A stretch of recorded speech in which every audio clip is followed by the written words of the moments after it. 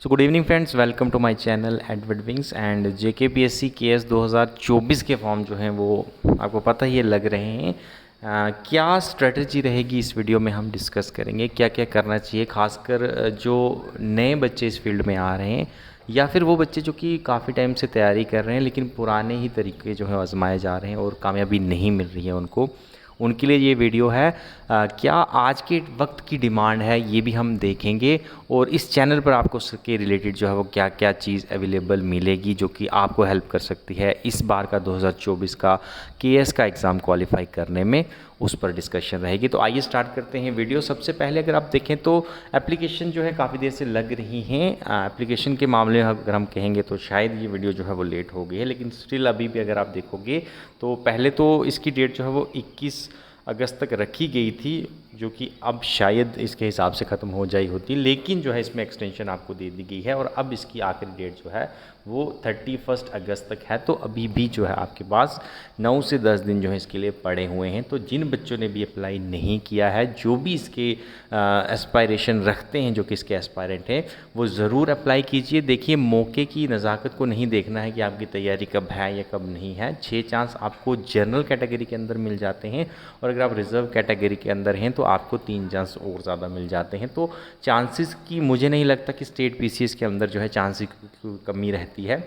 तैयारी अगर आपकी नहीं भी है, आप लोग ज़रूर इसमें अप्लाई कीजिए, क्योंकि जो एग्ज़ाम देते देते आप चीज़ सीख सकते हैं वो आप घर बैठे बैठे चीज़ नहीं सीख सकते। तो जिन्होंने अभी ये सोच रखा था कि शायद इस बार की अटैम्प्ट नहीं देनी है, अभी तैयारी नहीं है, अगली अटैम्प्ट दे देंगे, तो ज़रूर मेरे हिसाब से तो आपको ये अटैम्प्ट देनी चाहिए, क्योंकि एग्ज़ाम देकर जो आप सीखेंगे सच में आप घर में बैठकर वो नहीं सीख सकते। वो ना आप मॉक टेस्ट से सीख सकते हैं, ना ही आप किसी का एक्सपर्ट का एक्सपीरियंस लेकर सीख सकते हैं, जब तक आप खुद उस एग्ज़ाम को में बैठकर उस एग्ज़ाम को फेस नहीं करते हैं।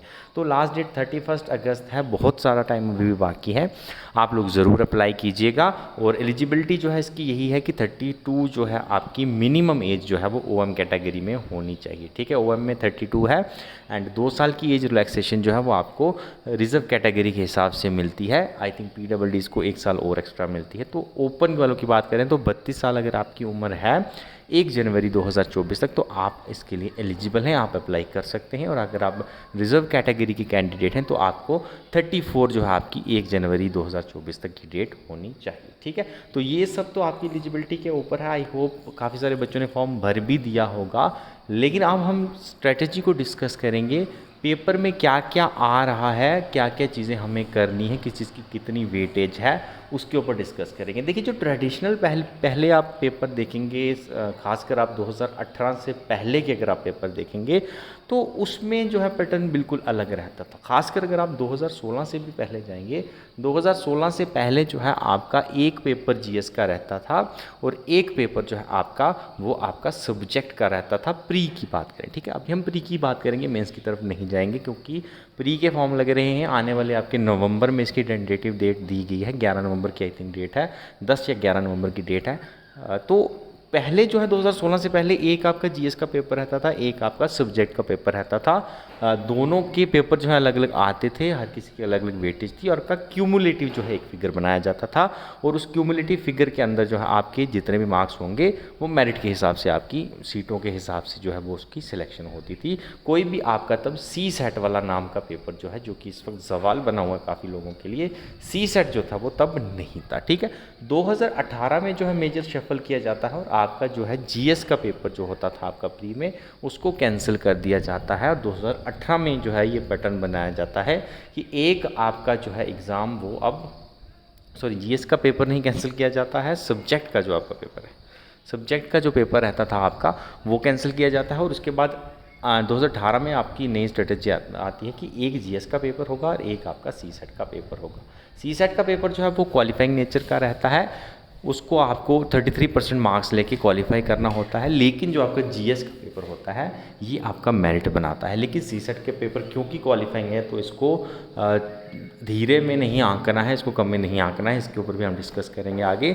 लेकिन फिलहाल हम जीएस के ऊपर फोकस करते हैं। तो जीएस का पेपर जो है आपका, यही आपका मेरिट बनाता है। इसमें आपके 100 क्वेश्चन आते हैं और 100 क्वेश्चन जो है 2-2 नंबर के होते हैं। टोटल आपका 200 नंबर का जो है पेपर रहता है और आपका जो मेरिट है, ओवरऑल मेरिट सी सेट जो भी क्वालिफाई करेगा उसका मेरिट जो है वो फिर उसके जीएस के पेपर के ऊपर बनेगा।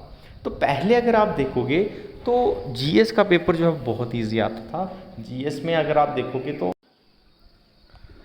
पहले आपको अगर आप देखोगे तो स्टैटिक पोर्शन में, अभी 2018 से पहले की बात करो, ठीक है, 2018 के भी इंक्लूडेड है इसमें।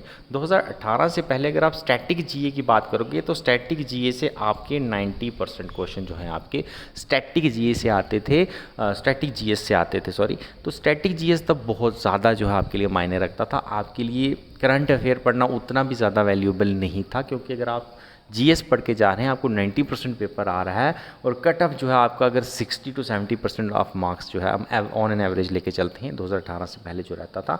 तो अगर आप 90% तैयारी करके जा रहे हैं उसमें से 70% जो है आपके आने के चांसेस काफ़ी ज़्यादा हो जाते थे। तो आपको ये बाकी चीज़ें जो है ना न्यूज़पेपर पढ़ने की ज़रूरत रहती थी, ना आपको कुछ एमसीक्यूज ना मॉक टेस्ट देने की ज़रूरत रहती थी, क्योंकि ट्रेडिशनल तरीके में वैसे भी जो है सिर्फ बुक से उठाकर क्वेश्चन जो है वो डाल दिए जाते थे। तो जिसने भी बुक अच्छे से पढ़ी होगी उसके अच्छे नंबर आ जाते थे, वो क्वालिफाई कर जाता था।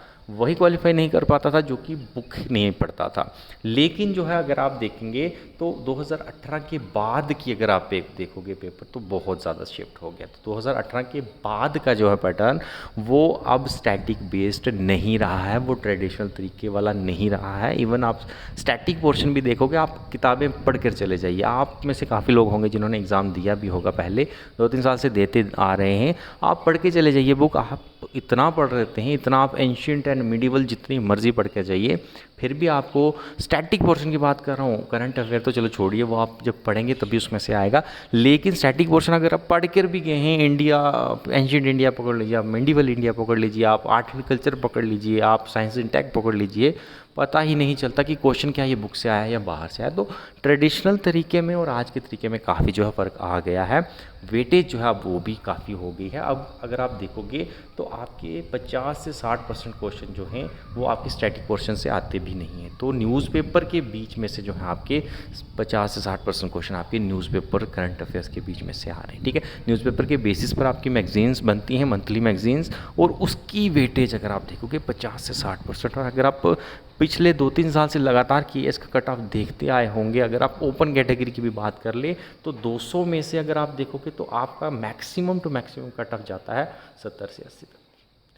70 to 80 अगर आप 200 का करोगे तो 40% भी नहीं बनता, यानी 40% आपका कट ऑफ जा रहा है। और 40% कट ऑफ में अगर आप देखोगे तो एक ऐसा कंपोनेंट है आपका करंट अफेयर का, न्यूज़पेपर के थ्रू आए या मैगजीन के थ्रू आए। मैगजीन्स में न्यूज़पेपर के वाले ही कंटेंट जो है वो डाले जाते हैं। तो 40% अगर आपका कट जा रहा है, ज़्यादा से ज़्यादा करके आप, तो क्या होगा, 50% जाएगा ना। 50% जो है आपका कट ऑफ अगर जा रहा है, और एक ऐसा कंपोनेंट जिसकी वेटेज जो है आज के ज़माने में 50 से 60% है, तो आप बताइए कि ट्रेडिशनल तरीके पर चलकर आप स्टैटिक पोर्शन पर ज़्यादा फोकस करेंगे या फिर न्यूज़पेपर एनालिसिस पर जो है आप फोकस करना पसंद करेंगे। और आज जो है अगर आप स्टैटिक पोर्शन की बात करोगे, बुक्स पढ़ के जाइए, बुक्स में से आपको ज़्यादा से ज़्यादा जो है वो क्वेश्चन कितने देखने को मिलेंगे, तो स्टैटिक पोर्शन से आपको 20 से 30% भी नहीं देखने को मिलता। ये मैं ज़्यादा बता रहा हूँ, इससे भी कम जो है आजकल वेटेज स्टैटिक पोर्शन की आ गई है। चाहे आप पीसीएस का एग्ज़ाम पकड़ लीजिए या यूपीएससी का भी आप एग्ज़ाम जो कर दे रहे होंगे, बिल्कुल पैटर्न जो है वो बिल्कुल सेम हो गया है। यानी केएस ने 2018 के बाद जो भी रिक्रूटमेंट कराई है सिविल सर्विसेज एग्ज़ाम की, उनका बिल्कुल डिट्टो पैटर्न जो है यूपीएससी का फॉलो कर रहे हैं। और इसमें स्टैटिक पोर्शन को अब बहुत ज़्यादा तवज्जो नहीं दी जा रही है। ज़्यादा से ज़्यादा तवज्जो जो है वो आपकी न्यूज़पेपर एनालिसिस के, आपके करंट अफेयर के ऊपर दी जा रही है। इसके अलावा रिपोर्ट्स एंड इंडाइसिस जो आती रहती हैं साल भर की या 2 साल की, 3 साल की रिपोर्ट्स भी कभी पूछ लेते हैं, उनके बेस्ड पर भी क्वेश्चन आ रहे हैं जो कि आपको स्टैटिक पोर्शन के बीच नहीं देखने को मिलते हैं। एंड इसी हिसाब से अगर आपको नए पैटर्न के हिसाब से चलना है तो ऐसा नहीं है कि सिर्फ आप बुक्स पढ़ के चले जाएं या सिर्फ आप मैगजीन पढ़ के चले जाएं, उससे भी काम नहीं चलता। इसके अलावा भी हमें एमसीक्यू सीरीज़ जो है वो डेली देखनी पड़ती हैं। MCQs भी वो नहीं कि गूगल पर हमने टाइप किया तो वो एक ही लाइनर, वन लाइनर MCQs आएगा, वैसा नहीं चलता है। जो भी न्यूज़ करंट में रहती है, चाहे वो आपकी किसी भी चीज़ से हो, एडमिनिस्ट्रेशन के रिलेटेड होगी या फिर आपकी किसी रिपोर्ट के रिलेटेड रहेगी, फूड के रिलेटेड रहेगी, इकोनॉमी के रिलेटेड रहेगी, उसके रिलेटेड जो टॉपिक रहता है उसके रिलेटेड हमें MCQs जो हैं वो बहुत अच्छी तरीके से स्टडी करने पड़ते हैं। एंड उसके बाद जो है एक और इम्पॉर्टेंट कंपोनेंट जो रह जाता है वो है हमारा मॉक टेस्ट। तो मॉक टेस्ट भी आजकल लगाना बहुत ज़रूरी है, और मॉक टेस्ट भी इस तरह के होने चाहिए जो कि आपके करंट एग्ज़ाम की जो डिमांड है उसको पूरा करते हों। ट्रेडिशनल तरीके से नहीं चलना है, क्योंकि ट्रेडिशनल तरीके से ही चलते चलते जो है हमें कामयाबी जो है इतनी देर तक नहीं मिल पाती। तो उन तरीक़ों को हमें छोड़ना है जो तरीके जो हैं हमारी कामयाबी के रास्ते में हर्डल बन रहे हैं। तो सबसे ज़रूरी चीज़ें ये 5 पॉइंट आपको ज़रूर याद रखने हैं कि क्या चीज़ें जो हैं इस वक्त आपको KS 2024 के एग्ज़ाम में काम आने वाली हैं। स्टैटिक हालांकि इसी 20 से 30% है, तो इसको भी ऐसा नहीं कि छोड़ेंगे हम, लेकिन हमारा मेन फोकस जो है वो करंट के ऊपर रहना चाहिए अगर हमें इस साल का एग्ज़ाम क्रैक करना है। इसके बाद हम देखेंगे कि इस चैनल पर आपको क्या मिलने वाला है। इन सभी चीज़ों में अगर आप देखोगे तो क्या करने वाला है, तो देखिए स्टैटिक पोर्शन जो है ये बिल्कुल आपके सिर छोड़ा जाता है। स्टैटिक पोर्शन में क्या पढ़ना है क्या नहीं पढ़ना है ये आपके ऊपर डिपेंड है। तो आप अगर 2-3 साल से तैयारी कर रहे हैं, मुझे नहीं लगता कि आपका स्टैटिक जो है पढ़ने की ज़रूरत होगी। आपको सिर्फ रिवीजन की ज़रूरत है, आपको पता है क्या टॉपिक ज़रूरी है, उन्हीं चीज़ों को रिवाइज़ कीजिए। जो नए बच्चे इस साल तैयारी कर रहे हैं तो आप ज़रूर जो है स्टैटिक पोर्शन इस बार पढ़ सकते हैं। प्री के एग्ज़ाम के लिए ल्यूसेंट की वो ज़रूर पढ़िएगा, ल्यूसेंट पढ़िए। और उसके बाद आप जो अपनी एग्ज़ाम उसकी CBSE की बुक्स हैं, सॉरी NCERT की जो बुक हैं, NCERT की बुक्स जो हैं आप उनको ज़रूर पढ़िए। NCERT पढ़ लीजिए, ल्यूसेंट पढ़ लीजिए, आपके लिए प्री के लिए फ़िलहाल it is more than sufficient, ठीक है। उसके अलावा अगर आप दूसरे नंबर पर देखोगे तो न्यूज़पेपर एनालिसिस जो है आजकल हमने जो है वो शुरू किया है। प्लेलिस्ट जो है, इस प्लेलिस्ट में आपको कंटेंट मिल जाएंगे, 4-5 कंटेंट जो है इसमें 4 वीडियोस आपको मिल जाएंगी। इसमें हम न्यूज़पेपर जो डेली का न्यूज़पेपर रहता है उसका जो मोस्ट इंपॉर्टेंट टॉपिक रहता है वो एक टॉपिक जो है हम इस सीरीज़ में डिस्कस करते हैं। ये चीज़ जो है आपके काफ़ी काम आने वाली है, ज़रूर इसको देखिएगा। एंड इसके अलावा अगर आप देखोगे तो MCQs जो हैं इसको भी हम जो है अब फ्रीक्वेंट तरीके में, ठीक है, क्योंकि एग्ज़ाम में अब ज़्यादा टाइम नहीं रहा है, 2 महीने के बाद आपका एग्ज़ाम आ जाएगा। तो MCQs जो है इसको भी हम फ्रीक्वेंटली जो है वो डिस्कस करते रहेंगे। जो पैटर्न है, नया पैटर्न जो है उसी के हिसाब से हम इसको देखेंगे। और एक चीज़ मैं और ऐड करना चाहूँगा, जो पीछे हमने 4-5 चीज़ें ज़रूरी देखी हैं, इस चीज़ में एक और चीज़ आपको ऐड करनी है, वो है प्रीवियस एग्ज़ाम पेपर, ठीक है। प्रीवियस एग्ज़ाम पेपर आपको PSC की साइट से मिल जाएंगे, कहीं जाने की ज़रूरत नहीं है, PSC की साइट से मिल जाएंगे। या आप टेलीग्राम चैनल पर मुझे एक मैसेज कर दीजिएगा, मैं टेलीग्राम चैनल पर आपको 2018 के बाद के जितने भी एग्ज़ाम हुए हैं प्री के, GS के पेपर मैं आपको वहाँ पर प्रोवाइड कर दूँगा। उनको देखिए, उनके आंसर जो है निकालने की कोशिश कीजिए, उस पैटर्न को समझने की कोशिश कीजिए कि क्या पैटर्न जो है, उसी पैटर्न को फॉलो कीजिए। आपका 40-50% पेपर वहीं से ही आपको दिमाग बस आ जाएगा कि क्या पैटर्न है, क्या डिमांड है पेपर की, आपको क्या करना है। उससे ही आप मान लीजिए कि आपका 50% पेपर जो है क्लियर हो गया है।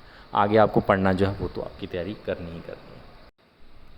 तो जो MCQs रहेंगे इसमें हम प्रीवियस ईयर के जो पेपर होंगे उसको भी डिस्कस करेंगे, और जो करंट में टॉपिक रह रहे हैं उसके रिलेटेड जो MCQs हैं वो भी डिस्कस करेंगे। और मैं कोशिश करूँगा जो हमारी डेली वीडियो आती है, डेली जो टॉपिक आता है वीडियो, उस वीडियो की जो हम कंटेंट जब डिस्कस करेंगे तो उसके एंड में जो है आपको मैं उस टॉपिक के ऊपर जो है एक MCQ, उस टॉपिक के रिलेटेड जो MCQ होगा एक, उसको भी हम डिस्कस करेंगे। और उस वीडियो का जो PDF रहेगा वो मैं आपको एक ग्रुप में शेयर कर दूँगा, ठीक है। हम व्हाट्सएप ग्रुप अलग से बना लेंगे एक, जिसमें हमारे सिर्फ PSC के एस्पायरेंट्स होंगे, SSB के नहीं, PSC के जो KS के एस्पायरेंट्स होंगे उनका हम एक अलग टेलीग्राम ग्रुप अलग से बना लेंगे, व्हाट्सएप ग्रुप बना लेंगे। तो उसमें जो है जो वीडियो हमारी डिस्कस होगी उसका जो PDF होगा वो भी आपको अवेलेबल मिल जाएगा।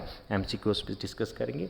और उसके बाद अगर आप देखोगे तो मॉक टेस्ट की बात करें तो मॉक टेस्ट जो मैं तैयार कर रहा हूँ, आपको पता है काफ़ी दिनों बाद जो है चैनल पर आया हूँ मैं भी, लेकिन मॉक टेस्ट जो है हम इसके तैयार कर रहे हैं। कुछ दिनों के बाद जो है आपको हमारी ऐप है, ठीक है, एडवर्ड विंग्स करके हमारी ऐप है, काफ़ी बच्चों ने डाउनलोड की भी है। और जो बच्चे नहीं होंगे, जब हमारे मॉक टेस्ट रेडी हो जाएंगे तो मैं उस ऐप का लिंक जो है आपको शेयर कर दूंगा, तो आप वहाँ पर एग्ज़ाम से पहले अच्छी तरीके से मॉक टेस्ट जो है वो ट्राई कर सकते हैं, ठीक है। कि मॉक टेस्ट बनने में थोड़ा 15 से 20 दिन लग जाएंगे, क्योंकि क्वालिटी कंटेंट देने की कोशिश कर रहे हैं तो क्वालिटी कंटेंट ढूंढने में भी जो है आपको वक्त लगता है। और मॉक टेस्ट में आपको वही टॉपिक मिलेंगे जो पिछले 1 साल में करंट में रहे हैं, ठीक है।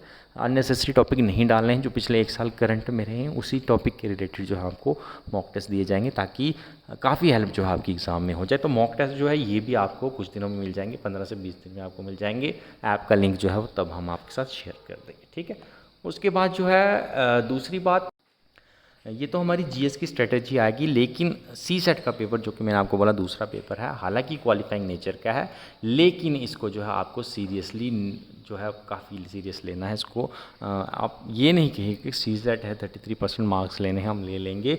बहुत सारे बच्चे, मान लीजिए सच्ची में आप जितने भी पिछले एस्पायरेंट्स हैं उनकी डिस्कस करोगे तो बहुत सारे बच्चे हैं जो कि 105 110 नंबर लेकर भी आते हैं इस पेपर में, लेकिन उनका सी सेट क्वालिफाई नहीं होता और उनका प्री जो है वो रह जाता है। इसीलिए कट ऑफ जो है मैं आपको बता रहा हूँ ना कि 70 to 80 अगर कट आ रहा है या मैक्सिमम टू मैक्सिमम 100 कट आएगा अभी तक 2018 के बाद की सीरीज़ में देखोगे, तो वो उसकी मेन वजह ये भी है कि जो अच्छे मार्क्स लेकर आ रहे हैं कैंडिडेट जिनके 100+ मार्क्स हो सकते हैं, जो कि कट ऑफ को काफ़ी ऊपर तक ले जा सकते हैं, उनकी जब आप देखते हो तो उनका सी सेट का एग्ज़ाम क्वालिफाई नहीं होता। इसकी वजह से वो रेस से पहले ही बाहर हो जाते हैं, इसलिए कट ऑफ जो है उसमें काफ़ी गिरावट देखने को मिलती है। हालांकि ये जो 2023 का पेपर हुआ था इसमें अगर आप देखोगे सी सेट काफ़ी ईजी आया था, तो इसका जो कट ऑफ एग्ज़ाम के बाद आएगा, फाइनल एग्ज़ाम के बाद, फाइनल सिलेक्शन के बाद, उसमें शायद इस बार हमें 100+ कट ऑफ देखने को मिले। लेकिन पहले जो है 70 to 80 कट ऑफ रहता था, क्योंकि सी सेट का पेपर बहुत मायने रखता है। तो सी सेट के पेपर की एक ही ट्रिक है कि प्रैक्टिस कीजिए, ठीक है। ये नहीं है कि आपको आखिरी के 10 दिन में आपने सी सेट करना है। रोज़ कम से कम 1 घंटा जो है सी सेट को दीजिए। 1 घंटा, एक दिन आप मैथ को दीजिए, एक दिन आप रीजनिंग को दीजिए, एक दिन आप इंग्लिश को दीजिए। अलग अलग दिन में, अल्टरनेट डेज में आप ये करते रहिए। लेकिन सी सेट को भी आपने डेली जो है 1 घंटा देना है, और प्रैक्टिस जो है आपको आज से लेकर पेपर के दिन तक करते रहना है, ताकि आपका सी सेट जो है वो भी क्वालिफाई हो जाए, ठीक है। तो ये सारी स्ट्रेटेजी है जो कि आपको फॉलो करनी है। बाकी जो भी चीज़ होगी क्वेरी में आप पूछ सकते हैं। हमारे चैनल को सब्सक्राइब ज़रूर कीजिएगा, आगे भी शेयर कीजिए। जो भी हमारे केएस 2024 के एस्पायरेंट्स हैं उन तक भी जो है शेयर कीजिए, ताकि वो भी जो है इन चीज़ का फ़ायदा ले सके। Thank you, have a nice day.